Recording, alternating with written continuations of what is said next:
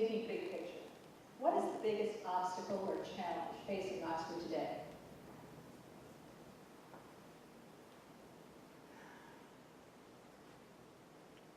I think technical issues, wastewater management, and that will be very involved. I think that is a big issue. Critical area commissions and what we're going to be doing with stormwater, I think those are all issues. But I think, as Dorothy has said, the history of Oxford is wonderful, and it helps guide the Historic Commission and all of us by knowing that issue, or we need to follow that history, but we also have to realize that change is going to come to all of us. We see it in our daily lives, and we'll certainly see it in our town. We respect our history, we use it for guidelines,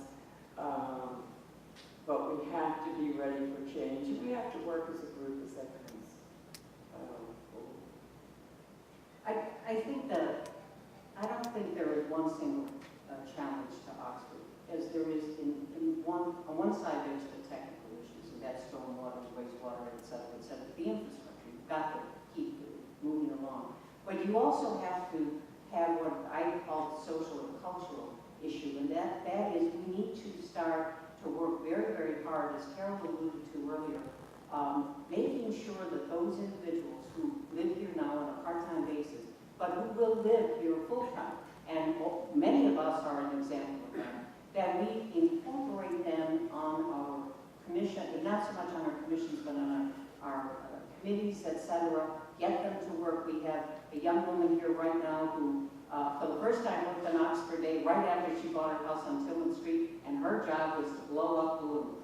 And she will never forget that experience, I tell you. So that's the kind of thing. I think that's the social culture. The life of the community is only as good as the life of the individuals who live there. We're going to switch now, and we're going to go into individual questions. And as I said, the second candidate is certainly welcome to chime in with her perspective as well. We're going to start with you, Karen. Why did the commissioners decline to contribute to the 2012 Oxford Day?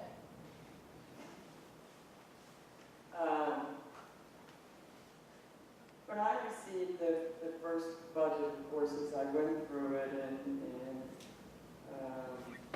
looked at all the different departments, learning how the budget works, there were several organizations that Oxford donated to, certainly the community center, the fire department, different organizations.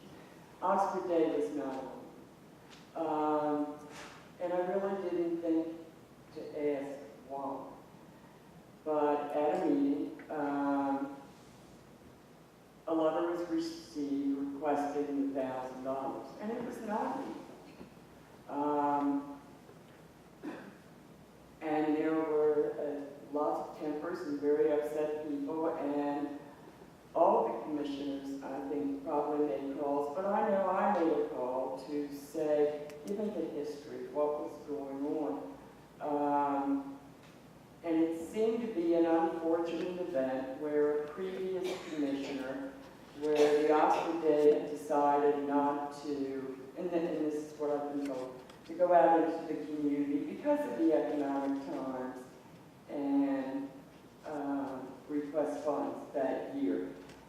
That was taken to say that, maybe not getting this time, that was taken at this time to say that the town did not need to budget the $1,000. So it was a clear misunderstanding. And that happens. It happens probably more than we'd like it to. As soon as I realized what had gone on, I went and asked and made a motion at the next meeting that the $1,000 be appropriated from another part of the budget and given to Oxford Day, and that's what we did. I guess, Dorothy, you get to answer it twice. Let me just make a note on that. I think that one of the things in electing commissioners, et cetera, are people that have some kinds of experience working on the various activities, et cetera. The Oxford Day has been around for about, what, 20 years or so. It's always been in, not in the budget as a line item, but it's always been considered, you know, we started out with $500 from the budget, from the commission in the early days. But this is the single most important event that happens every year. And 2,000–3,000 people come in. And we want to support it. And after it's all over with, and the 200 or 300 people from Oxford that work on it, they want to get a letter from the commissioner saying, not only were we enjoyed riding in the parade, but we loved every bit of it. This year, you had the tattoo, the marine silent tattoo from 9th Street, who came here and put on a presentation. That people from all over the world come to 9th Street in DC to see that. So my sense is, there shouldn't have even been a question of, you mean we don't have the money in the budget? Of course you have the money in the budget. It's Oxford Day. And I'm sorry.